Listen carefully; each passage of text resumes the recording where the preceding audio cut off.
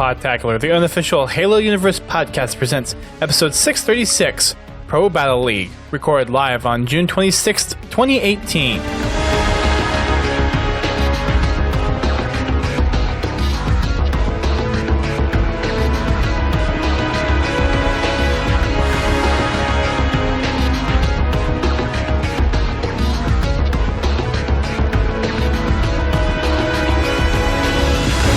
Hello everyone, welcome to Podtacular, the unofficial Halo Universe podcast. I am your host, Duststorm.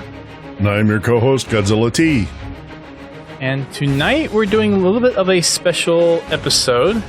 Since I will be leaving on Friday for my honeymoon, we're doing a podcast a little bit early in the week. But we have a special guest on to talk about what he does and everything over regarding PBL Halo. So we have one of the co-founders of PBL Halo, Kairos, on the show tonight. So thank you for joining us on Podtacular. It's great to be here. Glad to be able to contribute to what I think is something that's really great for the Halo community.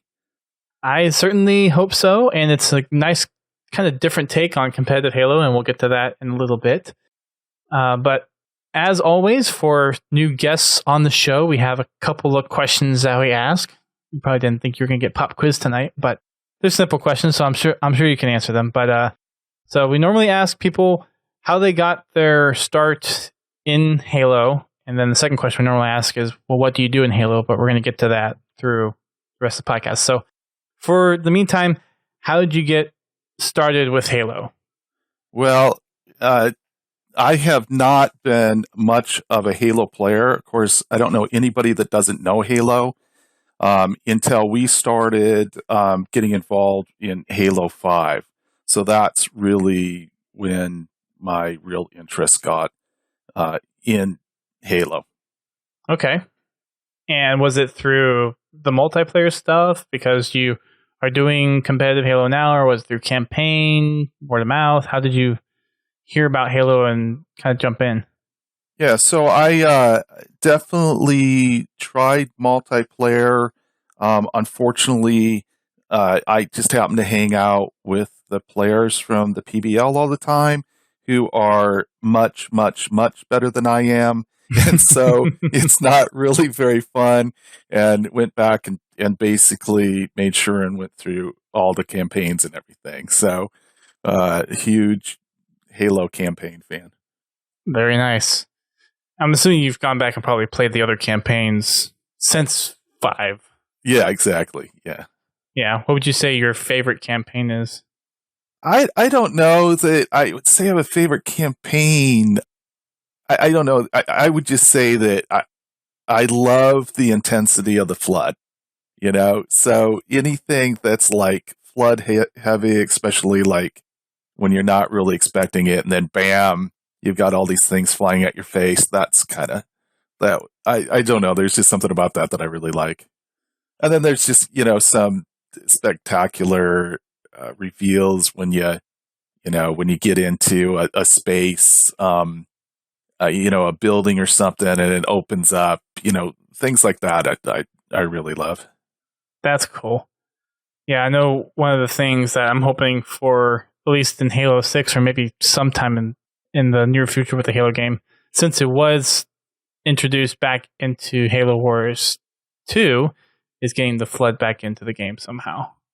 Yeah, and I'm really looking forward to, I think the new game engine is going to be beautiful, and just seeing the creativity, seeing the worlds and everything in 4K, and what it seems like that the new engine is going to be able to do. I think that's super exciting. Yeah, for sure. All right, so let's go ahead and dive on into what PBL Halo is. So one of the reasons we have Kairos on tonight is PBL has been around for a little bit, but they're kind of making the news rounds, so to speak, amongst some other Halo communities and other kind of Halo news outlets. And it was kind of just about time to get them on the show. I think there is plenty that PBL has to offer and kind of offer a unique experience in the Halo esports scene. And wanted a chance to give all of our listeners in the Halo community a chance to learn a little bit more about PBL Halo if they don't know what it is that you do. So, Kairos, give us the rundown of how PBL started and what is it that kind of sets PBL apart from other Halo esports organizations? Well, the Pro Battle League started about 5 years ago. And what we were doing was looking, we're in the Puget Sound area, so we're in the Seattle area. And the gaming industry is such a big thing up here that we were looking for some way to contribute to the industry as a whole. And so we're looking at esports. At the time, actually, esports wasn't even latched onto as the official term. People were still kind of debating what to call competitive video gaming. So we looked at it and we thought, it's odd that we have this competitive space, but there's not really regional rivalry in that space like you see in a lot of competitive entertainment. So we thought maybe it would work to bring that regional competitive element to esports. We immediately got laughed at. People thought we were crazy, said we were stupid, that gamers play from all over the place, so there's not that same affinity to their city. We didn't really buy that because we had seen some things, and so we set off, we studied the Olympics and Premier League Soccer, the NFL, looked at some of the big competitive entertainment spaces, and kind of came up with a whole list of criteria to see if it would show up in esports. And so then we started doing some regional rivalry stuff, and everything that we would predict to see for something that we call tribalism. So looking for the element of tribalism in esports, we saw that. And so we decided to go ahead and launch, and we launched on the West Coast, so Seattle, Portland, San Jose, and LA. Everything we saw there was, looked like what would you expect to see. We didn't have a game in going into 2016. A game partner that we had ended up, they weren't going to be able to deliver on their title in 2016. So it was October 2015, and we were looking for a game. Well, a week later, Halo 5 was going to be released. We did, of course, like, you hear Halo and it's like, yeah, let's see how that is. And like everybody, we knew kind of the ups and downs of Halo, but we threw a Halo 5 release party, and people and loved what we saw. And so we made that transition.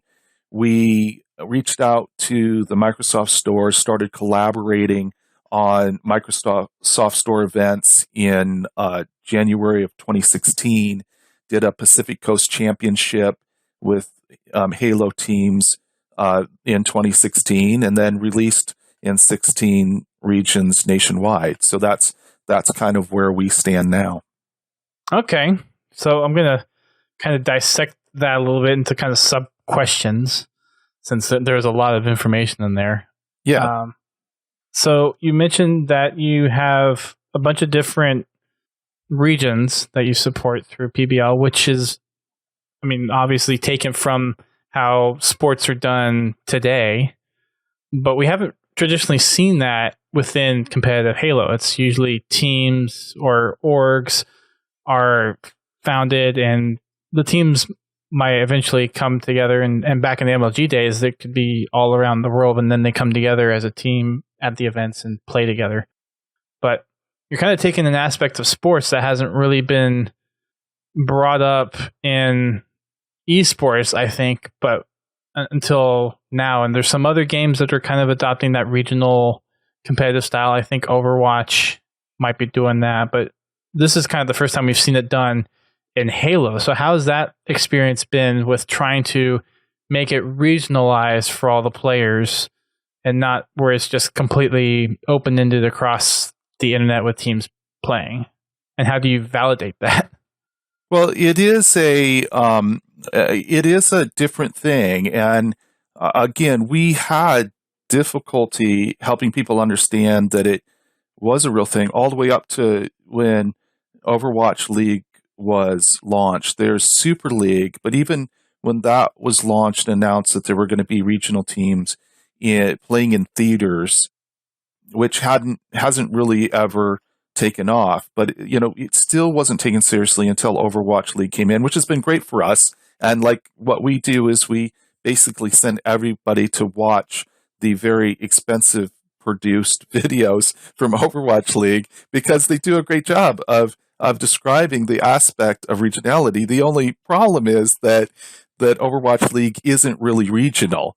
And so that's where we are different, is that we're actually regional. And what the real focus is, so we have 16 what we call franchise teams. And then there are, per franchise teams, there are 4 what we call reserve club teams. And so those are like minor league teams that developed talent for the franchise teams. We haven't been focused a lot on really developing the reserve club level, but we'll be able to get to that after we wrap up our season. It wraps up on July 1st. So really, it's about developing that community, those local communities. And I would have to say that I don't think that there's any game title out there that is better than Halo to work with when we talk about developing this regional community around a franchise team. Because, back in the early days of Halo, it was about community. You pulled people together and you did the split screen. And so, it has a rich legacy of regionality within Halo, and also a rich legacy of esports. I mean, what I say is, if there's a serious esports Hall of Fame, Halo has to be the first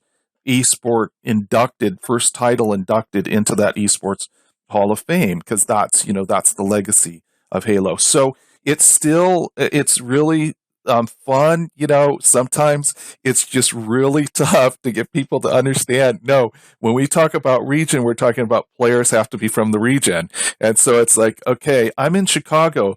Can I bring a player in from New York? No, It has to be regional. Well, how about a player from Florida? No, it has to be regional. But I've played with this player forever. We understand that, and we understand we're breaking up your team, but no, it has to be regional. And so that's fun. And then we get some fun times when players who have always teamed together are in different regions and they meet each other in matches, kind of pairing off as they represent different metro regions. Yeah, that's got to be difficult. Especially when people are accustomed to being able to just play with their friends and be like, okay, I got my squad. Wait, I can't play with my squad anymore.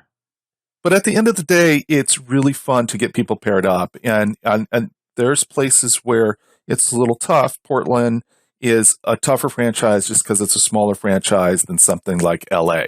But at the same time, there's enough of a population of Halo players that doing a little work, you can find really top tier players. And we're called the Pro Battle League. And that really talks about, we want to be professional in the way the league is run. We are, dealing with top tier amateurs, and some of them are very top tier amateurs. Like how you say top tier amateurs. Well, I mean, yeah. No discredit to them, but it's just like, it's making the delineation between the pros in the HCS and then what you have in PBL. To me, the closest thing I can think of is kind of Griffball, having the AGLA being kind of like the HCS side of things, and then the GGL being kind of like some of the other esports organizations within Halo that aren't focused on the pros, but are giving other players chances to compete on a competitive level. Yeah, and I think the biggest difference is that our players, almost all of them have jobs. And so really to compete, with the top 16 pro teams, then you've got to dedicate full time to it. And so that's always going to be a difference. But as far as just talent, I think we have as talented as players as anyone. They just, it's just not something that they can do full time at the moment. Right. And that's cool that you're able to give a platform to other people that would want to play Halo competitively, but just don't necessarily have the time and the resources that the pros do. Now, Yeah, it is. It is super cool. I mean, here we're going to have 4 teams on July 1st. Our 4 top teams, July 1st, which is Wisconsin Fury, Atlanta Zenith, Houston Vipers, H-Town? and what's that? H-Town? I'm from Houston. Yes. Okay, cool. And then so St. Louis. That's who I'm rooting for. Okay, well, they're the number 1 seeded team, so it's pretty good to bet on them. But and then the St. Louis Sentinels, and so we're going to have nice production from Platinum 5. We're going to have casters there. It looks like Amon Green is going to be able to join in on the broadcast, and so it really do get to do a professional treatment of these players, and it's really fun to be able to do that. That's cool. Have you been able to reach out to any of the other professional casters, and have they garnered any interest in participating in something like this? There has been some interest. At one point when we were doing more live stuff in the Microsoft stores, we had Strongside come over from 343, and Ghostiyami came over and sat in with us. So we have done that in the past. It's just the consistency is we like to have the casters there going through the season because they get to know the teams, and we're unfortunately we're not quite at the place right now where we have that consistency with someone like Strongside. Right. And you mentioned earlier that you started off doing stuff in Microsoft stores. Now, is that something that turned into what 343 now is doing in the Microsoft stores? Did it kind of take your idea and say, hey, can we run with this? Or is that a separate thing that they're doing on their own?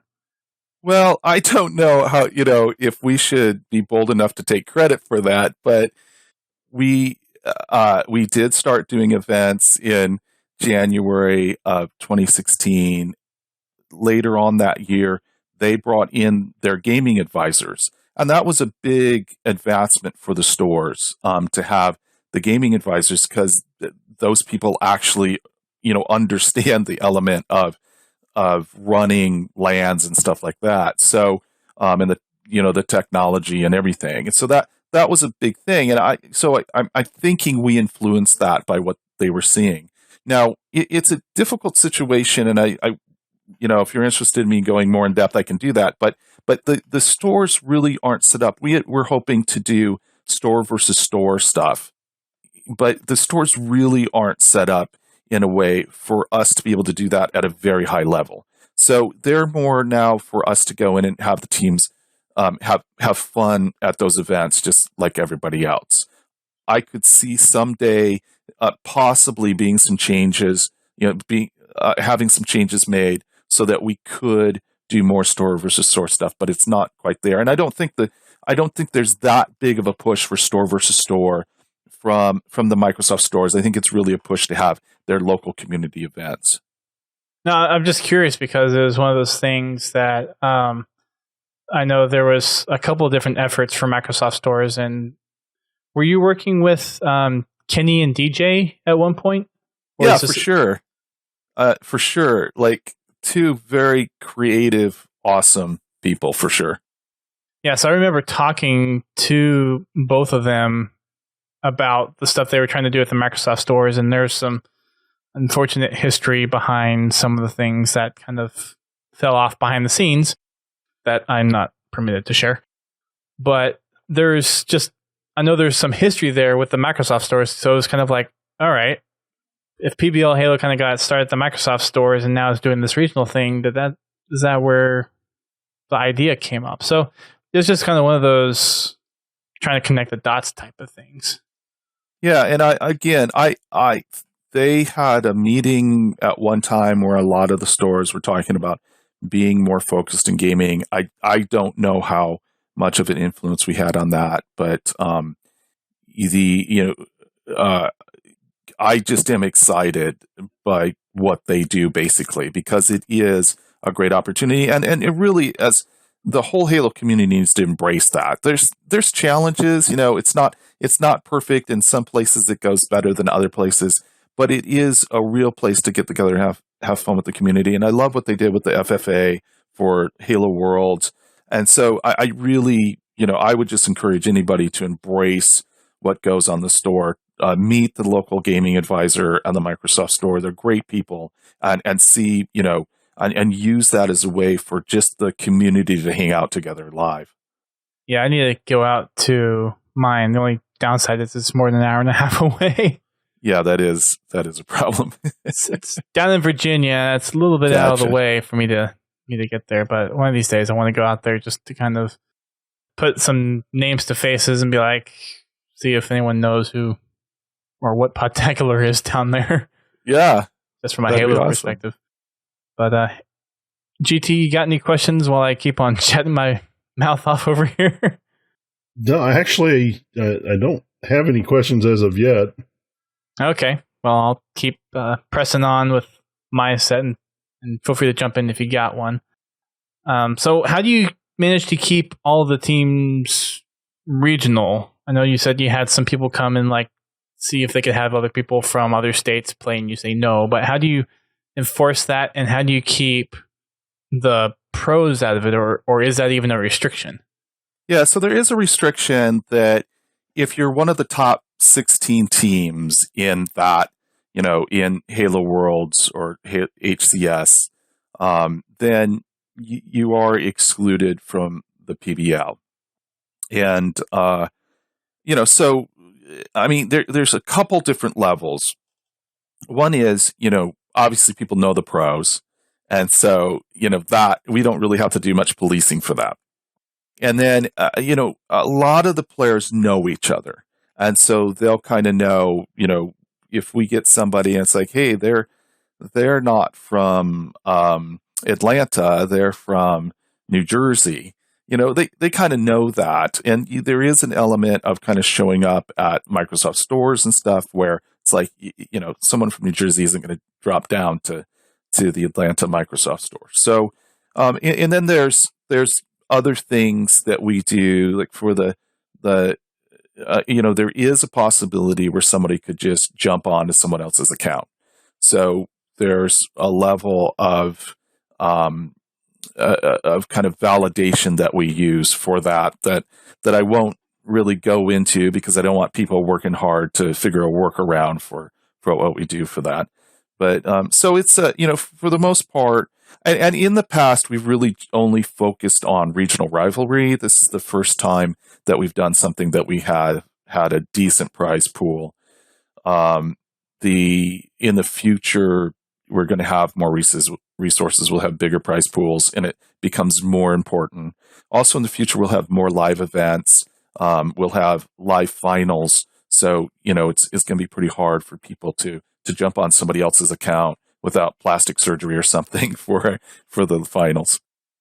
So, do the events actually take place, or all the tournament stuff, do they take place at the Microsoft store, or is it? No, it's online, and again, the problem is the stores just aren't quite set up. And a simple example is mix amps. In the store, it can get kind of noisy, and the other team is not far away from you. And so you just, it's just really hard without mix amps to control the sound. So if someday they got mix amps. The other thing is the Microsoft stores are all set up in pretty much the same way. The seating is not ideal for a lot of gameplay, and so that's a factor as well. So it's all online for this season, and as we move forward into future seasons, we'll be able to afford bringing more and more and more people into a live situation. Okay. That'd be cool to see, having almost like your regional arena being in the Microsoft store, just like how you have basketball arenas or football stadiums, and kind of turn that into the Halo store type of thing would be kind of cool to see. Yeah, and it might end up being, I don't know if you've seen the flagship store in Times Square, the Microsoft flagship store. Yes, I've been there. So they have a legitimate esports studio. And even if we just had 4 of those, maybe one in Houston, one in Chicago, one in Seattle, one in LA or something, then we could bring in teams, for more live battles. And I'm ready for that to happen anytime. So, yeah. And it definitely adds something to, I think, the competitive scene for Halo, because it gives other people a chance to compete that have no chance against the normal pros in the Halo it's really scene. Wild. I mean, these guys are so good. I mean, when you look at Wisconsin, you look at, Atlanta, St. Louis, and Houston. I mean, these guys are so good, and it's good Halo. I mean, it's good Halo to watch at that level, and so it does give them that outlet. And at the same time, maybe the most important thing we do is start helping to generate the next generation of Halo pros, where the reserve club teams are really functioning in each region, and we're getting 16 of the best new players in the region being developed, and they're coming onto the franchise team, and they're winning on the franchise team, and they're getting noticed, and then they're pulled onto a pro team. I mean, that is really what I believe, and one of the things that we feel like we can do as far as evolving esports to the next level is to have this really complex, really vibrant, developmental, local talent development system, and I love it that we're doing that with Halo. Yeah, and another question to that is, have you heard reports of, or have gotten inklings of, pro teams actually looking at some of the members that are participating in PBL? No, I've not seen that. We've not been able to say that's the case. So, okay. Not yet. But it's probably coming. Well, if we do our job right, so. We'll definitely be coming. And there's some great changes, and I can talk about, at some point, we can really go into what's the next phase for PBL. But I believe that, again, we need to do our job right, and that needs to happen. The other thing that I would like to see that would be really fun is for one of the teams to make a decision that they're going to compete, that their local, when you look at New York or you look at LA, Chicago, some of the bigger metro regions, that they come together as a team and really put in work and go as a team to the HCS, and you've got the New York Titans or somebody represented there. That would be really fun. That would be exciting to see. And I think that would give a little more credence to the fact that something like a regional team could work for something like the HCS. Because, yeah, I mean, in a way, you would think Halo probably started off in a LAN environment. So a lot of the friends that you're probably playing with were in your city or something. So there's, I think, a little bit of regional baked into kind of the background of the competitive scene, but you're just kind of more clearly defining it with PBL. Well, not to get on a soapbox, but this is, to me, a major problem with esports is there's an element of cherry picking. There's not an element of parity really baked into esports right now. So you get 4 people show up and they start winning. If there's one of them that's a standout player, then the top teams are going to reach out and they're going to cherry pick that top player off that team and disrupt the chemistry of that team. To us, the aspect of this regional constraint where it's like, no, you're not cherry picking, you're choosing players from your region, then that gives that gives us an opportunity to have some parity. And we'll have to build in more elements of parity down the road.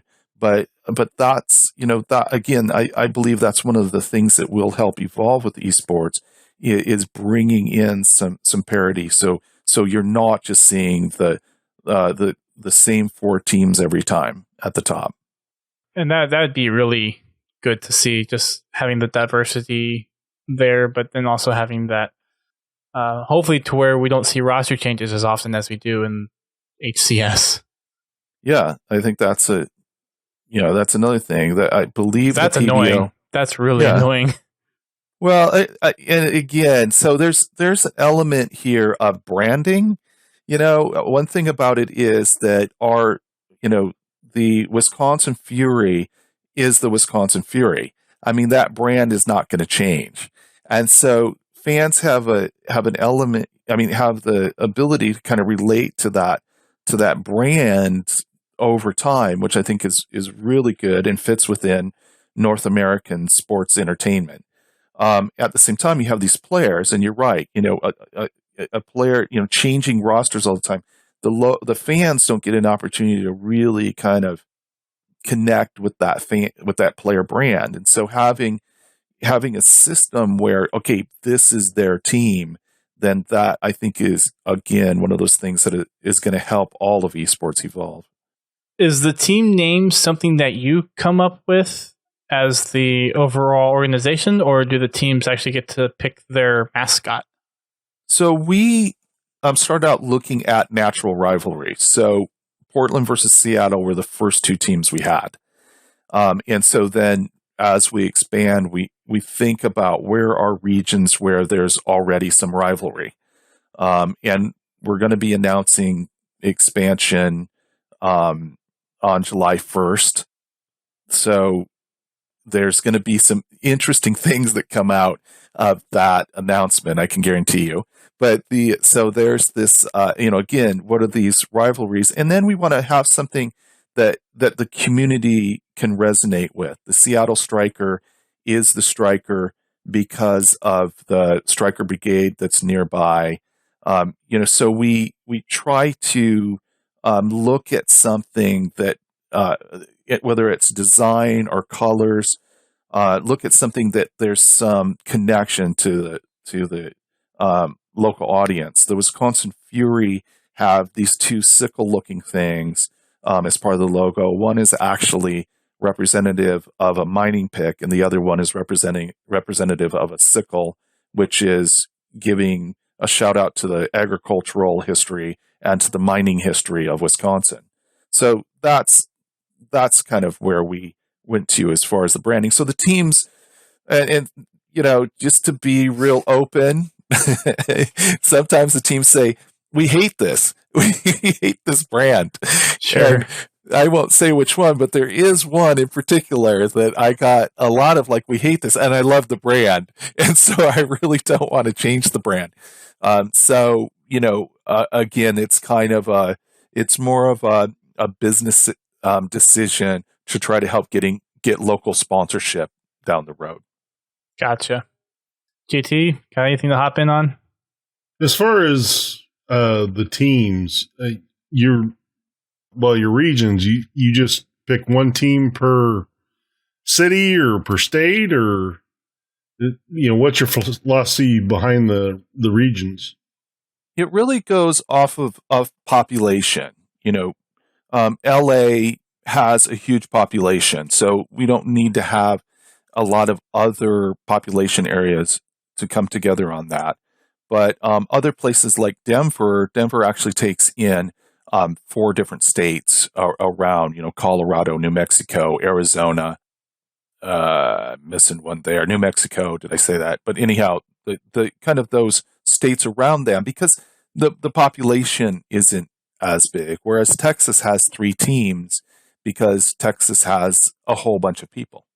And so, sometimes people look at that and they're like, that's not fair. Our one state has 3 teams. And I'm like, well, just Google population of the state of Texas and it will help you understand. But Houston, Louisiana probably will never have their own team. I mean, we've looked at New Orleans, but I don't think that it's going to be big enough to have their own team. So like Louisiana is paired with Houston. So there, and like Oklahoma is paired with Dallas.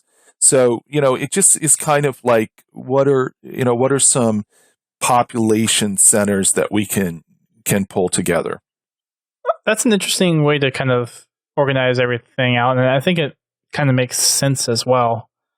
Depending on how PBL grows as for Halo, I mean, the gaming esports scene is kind of still in its infancy, so it's going to depend on how it grows. But you have a lot of potential to have growth within PBL and really focus on the regional stuff. And I guess down the road, you might be able to expand to other cities as kind of core cities to participate in PBL. And I know there's the announcement coming up that was kind of hinted at already on the HCS podcast, the HCS Pro Talk podcast.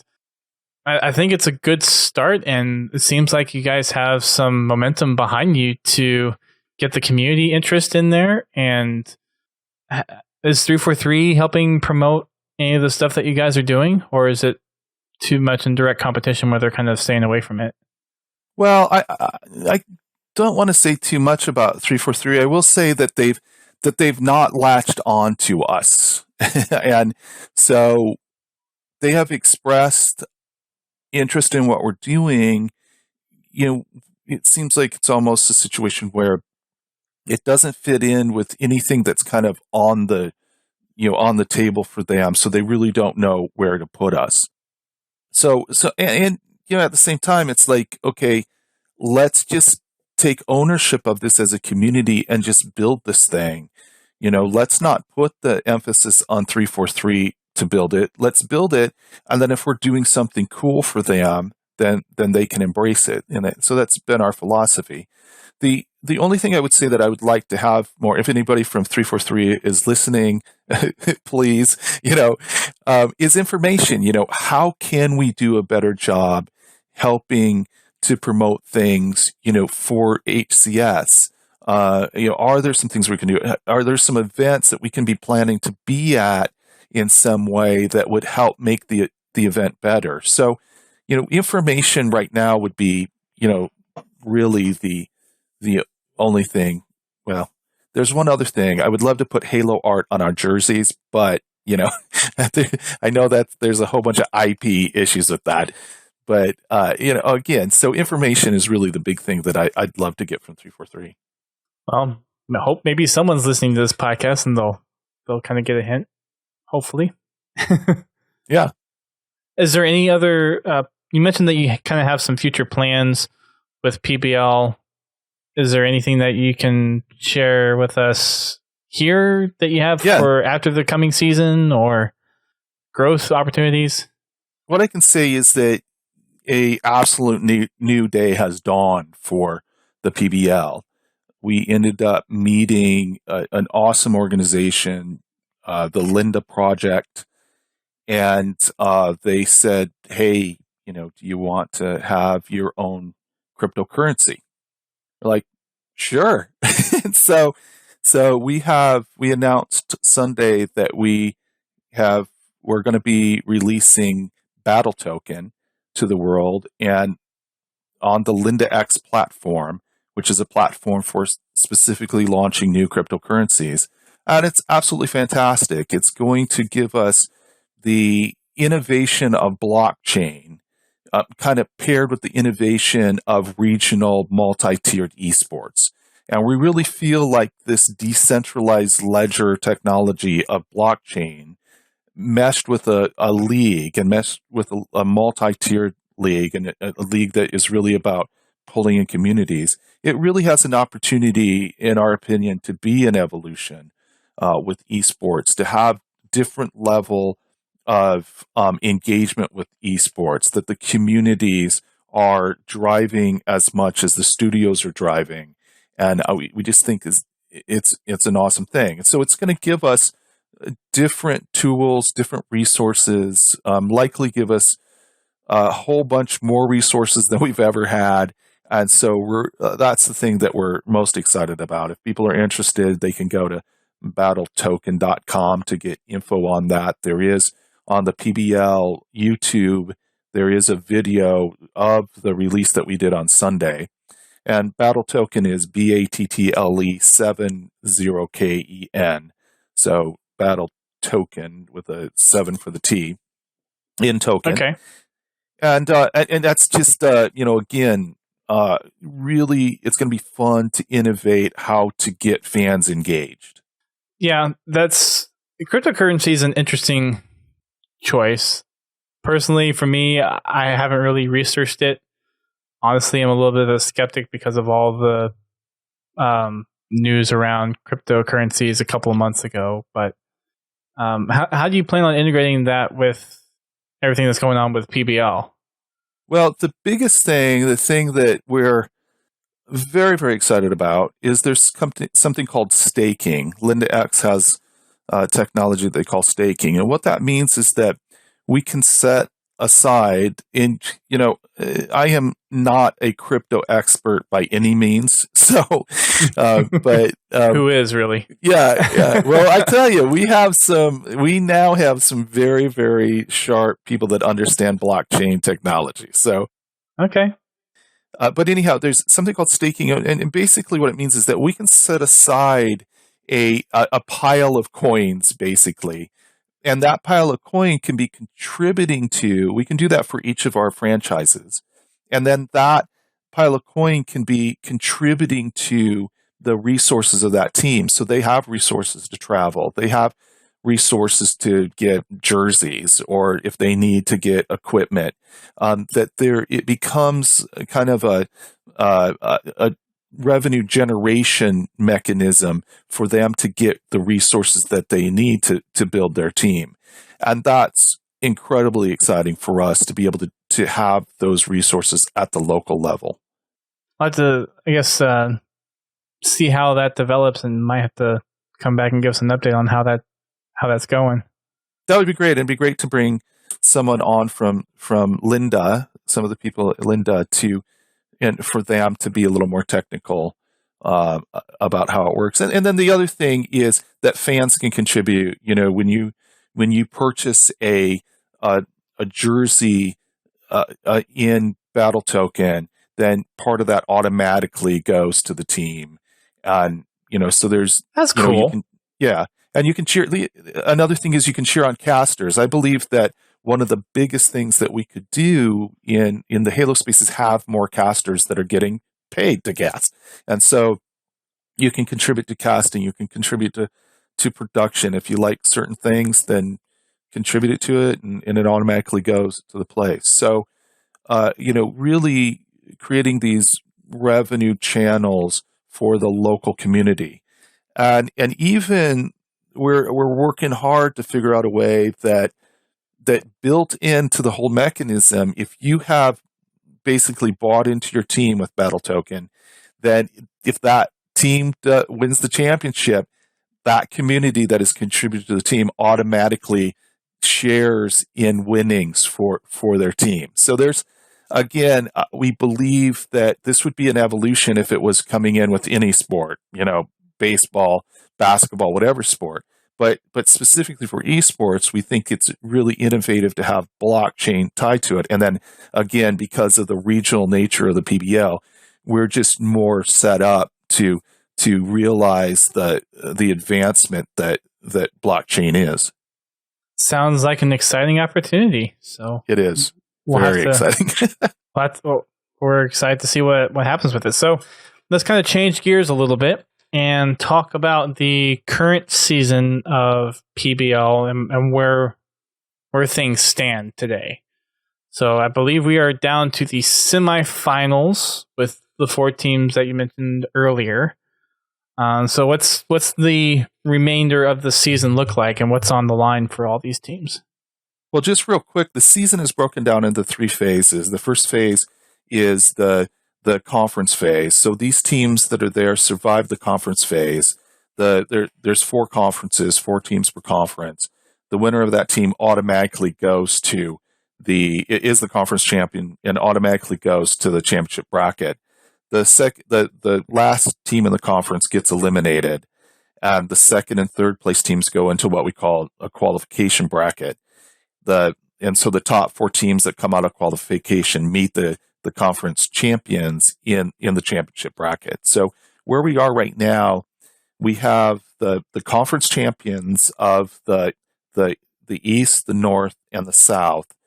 and then the West was eliminated. So there's no teams in there from the Western Conference, but and then the Northern Conference has two teams in St. Louis Sentinels and Wisconsin Fury. So that's kind of how those teams got there. St. Louis was the only team. They won the qualification bracket, which made them the best seed going of the qualification teams going in, and they were able to upset. So they came in as the 5th seed. They were able to upset the 4th seed, LA Legion, to take that spot.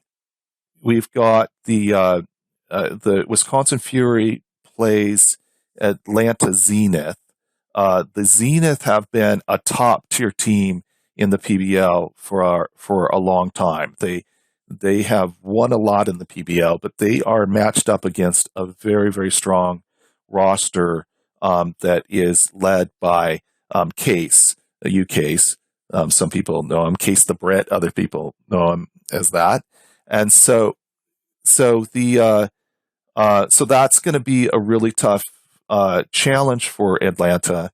And then the Houston Vipers are the number 1 seed, and they'll be meeting St. Louis Sentinels. We really don't know how to predict that, but again, the Houston is a very, very tough squad. So it'll fun to be really interesting to see how St. Louis matches up against them.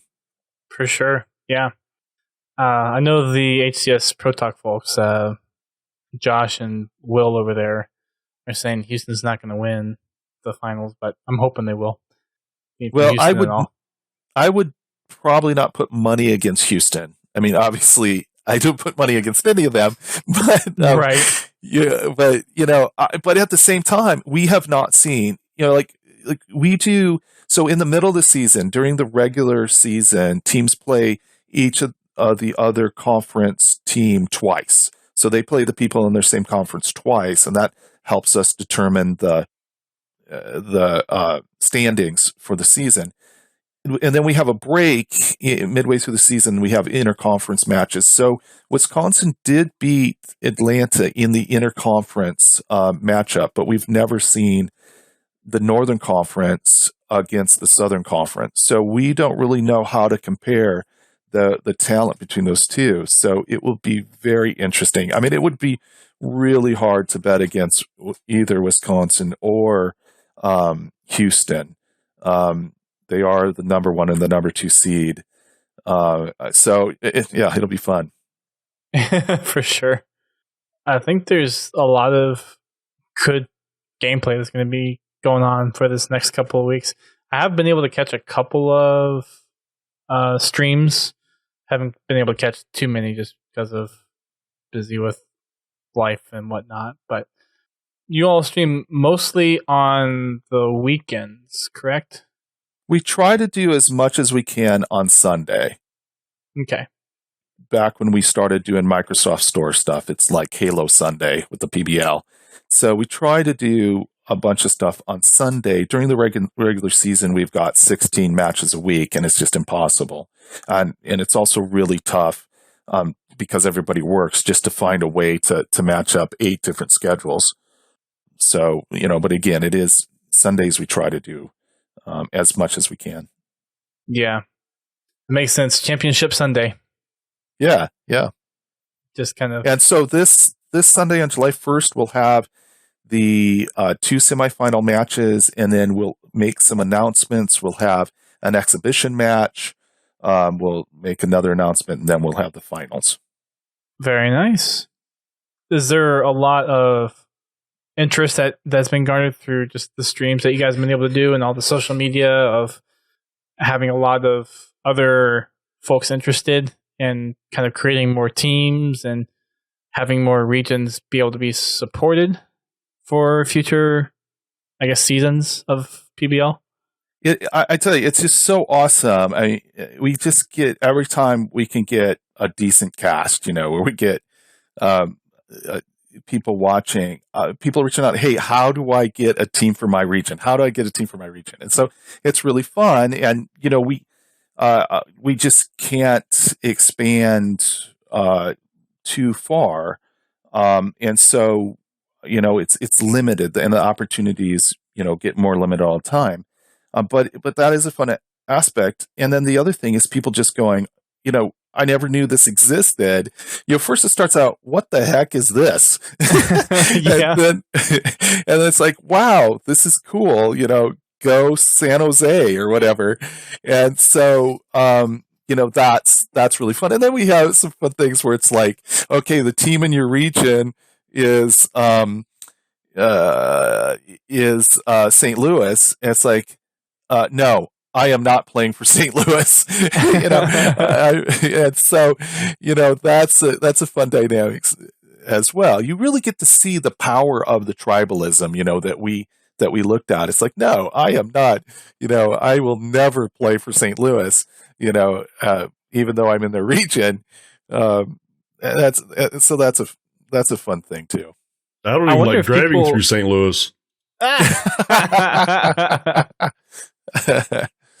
I wonder if people make some associations between sports teams in certain areas, like where they are, or whatever, and then something like regional esports. Well, we actually try to do that. Again, it's like, there's some areas like, New York and Philadelphia, there's history there. I mean, New York and LA, there's history there. And so we try to do that. So, if the Seattle sports teams are playing against each other, the soccer teams are playing against each other, then we take that as an opportunity to point out that we've got Halo teams in those cities as well. Right. Is there any kind of merch stuff that you guys have? We haven't been producing a lot of merch. Obviously, it's one of those things that is vital for our future, and so there'll be more and more merchandise coming out. The top team will get jerseys, the winning team. Ooh. And then again, as we go on, and with Battle Token, there will definitely be ways for people to purchase different merchandise. That's cool. I tell you, this is something, I don't have any validation of this at all, just to let you know. But I just think that when you look at, downloadable content for games, I just think that the Slipspace game engine for Halo, I believe that it's going to support. In fact, we talk about weapon skins, in the white paper for Battle Token, because I just believe the Slipspace engine has got to leave space for more community developed content. Thank you. Yeah. So that's kind of what we're banking on. We're also have a great relationship we had with Forge Hub. And so another thing about Battle Token is that sorry about that. The other thing that we're doing is helping to support the development of Forge Hub maps. So my goal down the road is that the teams have like a home map. And so in a best of 5 series, you would play the HCS maps. And then if it goes to a game 5, then you're playing the home team map, and that we use Battle Token as a way to support map development for the Forge Hub community. Huh. Okay. That's an interesting way to do it. Yeah. Interesting. Yeah, that could lead to some interesting outcomes and matches. Yeah, I really think that it's like, okay, we're taking on the LA Legion. We need to spend some time playing their home map, just in case it goes to a game 5, and so that could be really fun. And then also you would be able to throw in, like the Seattle map could have the Space Needle in it or something. You could throw in some local branding elements for fun as well. Sure. So prize pool wise, it looks like the winning team is going to be getting $4,000, and then the runner up is going to be getting $1,000. So you got $5,000 just within the championship. with North America. Yeah. And that's a pretty good sum of money for a community run event. Yeah, it's okay. I mean, the esports prize pool world has been totally ratcheted up. When you have Epic coming out and saying that a season is worth $100 million, you know, you're seriously ramping up what you're saying good esports is worth. And so, you know, we definitely want to increase that. But before we were really interested to see if players would be interested in playing because of the regional rivalry and not for money. And so we weren't offering any prize pool. And when we felt like we had that dynamic kind of up and going, then it made sense to offer something. We didn't offer something so high that, you know, you just overwhelmed the regional rivalry, but enough that, you know, the players are definitely interested in taking home that $1,000 a piece. Yeah, it'll be nice. It'll probably help pay for New Orleans. Right. Which is another thing, like, we're very passionate about, is our players don't pay to enter our tournaments. You know, it's free to enter the tournaments, and we really feel like that's the way that it should be. So do you have sponsors that have helped you get the prize winnings for the teams, or is it out of your own pockets, or how's that been working for you guys? It's been a commitment ever since we got involved in Halo. The viewership with Halo isn't large, and so it's a little bit difficult to go out and get sponsors with Halo. And so it has been a commitment on our part to support the community, and so it's really come out of our budget to do that. But again, this is one of the reasons why we're so excited. We don't have an unlimited budget, and we're really excited about Battle Token as a mechanism to get more out there to the teams. And then, you know, we just are really passionate about, you know, Halo is such a legacy title. The esports side of it needs to just be way bigger, and we're really looking forward to creating videos, creating content, everything that says, like, this is Halo esports. This is why it is a unique scene, and this is why it's a great scene to get involved with. So we want to be a partner in just getting the Halo viewership up, which with that exposure then can come more sponsorship can come in. I think there's a lot of opportunity there, and it's got me excited. Cool.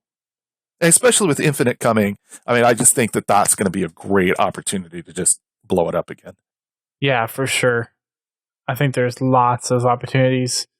And the new game engine, who knows? Yeah. I mean, they're saying they have ambitions that they need the new engine for. Hopefully that gives the community new ambitions to aim for and really seek after. So yeah, I possibilities think that are there. is. Go ahead. I just think that's, I think what they are saying means that there are going to be more opportunities for the community to get involved. Certainly hope so. GT, you got any more questions to jump in on? Yeah, when is there going to be a Kansas City team? Well, you just might have to tune in for announcements on July 1st. Ooh. Dropping some hot sneak peeks over here. I cannot confirm or deny the presence of any future teams. Well,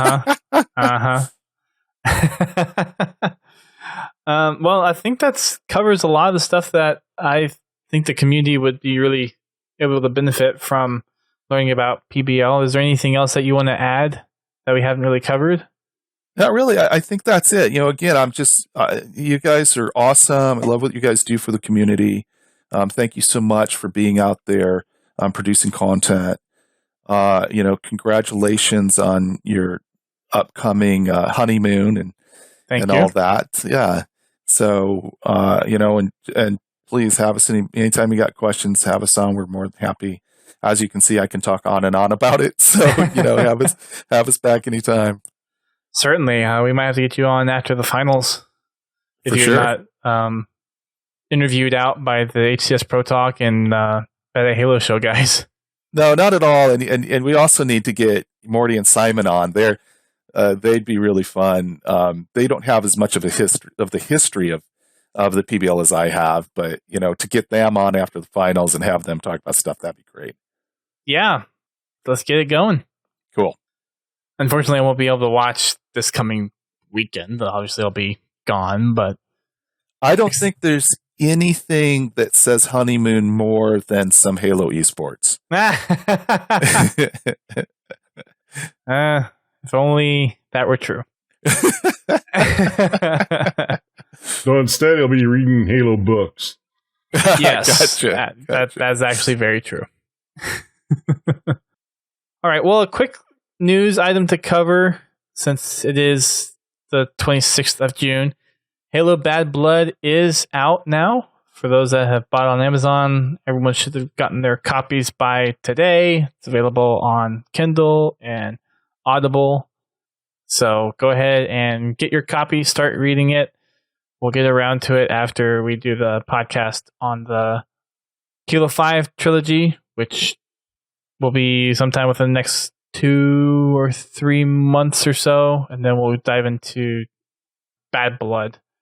And I might even try to reach out to Matt Forbeck. We had him on when I was in San Diego for Comic-Con, and we talked about New Blood a little bit. So I might reach out to him, see if he'd be interested in doing a little interview as we go through the book. So might try to get that lined up at some point as well. Kairos, why don't you go ahead and plug all your social media, website, resources, all that kind of stuff for everybody. Yeah, so we broadcast out on Twitch at twitch.tv/Pro Battle League. The Halo stuff is all covered, and most of the stuff we do is on Twitter at PBL Halo. Our website is battleleague.com. But for the most part, if you are on our Twitter at PBL Halo, you're going to see everything. Cool. Quick little update on our Spartan company. We did reach a capacity, so I went out and cleaned out the company. So we have 20 slots available. We had 20 people not really playing Halo 5 anymore. So if you're interested in helping us get the Achilles helmet, then go ahead and head on over to the Spartan company. And that'll be a wrap-up on the show tonight. You can find us on social media, Twitter, Facebook, YouTube, Instagram, Twitch, Mixer, Spartan Company, Xbox Club, all that fun stuff. We have our regular podcast on Thursday nights at 9 p.m. Eastern Time. We might do one on Thursday, depending if there is a Waypoint update or if there's some other big news announcements. We'll do a short show to kind of cover that stuff. But if not, this will be it for the next couple of weeks, since I will be on my honeymoon next week. GT, I'm assuming you're still going to be running Fraggin' Fridays for the next couple weeks. Yeah, as long as the world doesn't end or something like that. Fair enough. And those are on Friday nights at 8:30 p.m. Eastern Time. Kairos, thanks for coming on the show and talking to us about PBL Halo. Yeah, anytime. Have a good evening for those that have joined us on the live stream tonight, and for those that have downloaded the show, keep on fragging trucks.